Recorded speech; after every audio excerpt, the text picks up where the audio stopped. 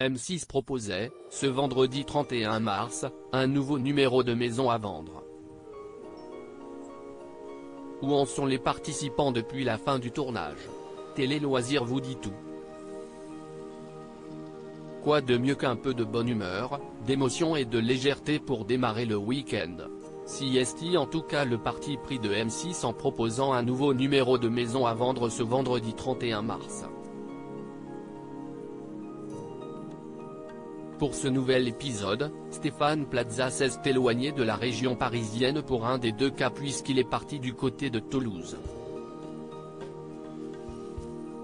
Il y a ainsi retrouvé son homologue Sophie Ben Saïd, spécialiste de la région de la Ville Rose. Plusieurs mois après le tournage de l'émission, que deviennent les différents participants? Télé Loisirs a pris de leurs nouvelles. Maison à vendre, Gilles et Véronique ont démarré leur nouvelle vie dans la première partie de l'émission. L'agent immobilier de 52 ans s'est rendu à Tournefeuille, en banlieue de Toulouse, pour aider Véronique et Gilles dans leur projet immobilier. Accompagné de deux anciens joueurs du stade toulousain, l'acolyte de Karine Le Marchand a pu déménager l'habitation en moins de 2. Et CST Emmanuel Rivassou, qui y signe une de ses dernières prestations dans le programme, qui a assuré le homestaging.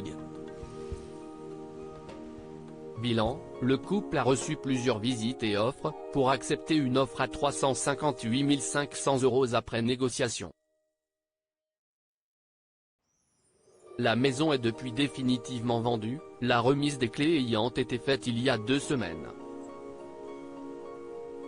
Nos deux jeunes retraités sont installés dans leur nouvelle maison, située à quelques kilomètres de l'ancienne, et savourent leur nouvelle vie.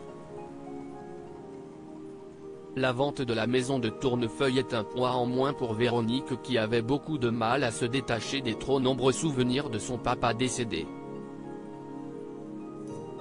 Maison à vendre, Shadia et Denis toujours en recherche de la perle rare, retour en région parisienne ensuite puisque Stéphane Plaza s'est rendu à Wissous en Essonne pour aider Shadia, Denis et leurs 2 enfants Dao et Dwayne. L'expertise de Sophie Ferjani a apporté un vent de fraîcheur dans l'appartement de la petite famille en réaménageant complètement l'espace.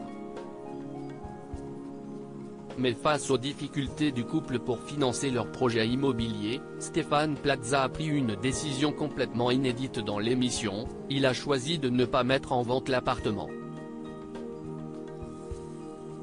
Mon rôle d'agent immobilier, c'est d'accompagner et de laisser les familles dans de bonnes situations, explique-t-il. C'est bien la première fois, dans Maison à vendre, que je vais refuser une vente, a-t-il ajouté, en précisant que le couple devait d'abord stabiliser ses revenus.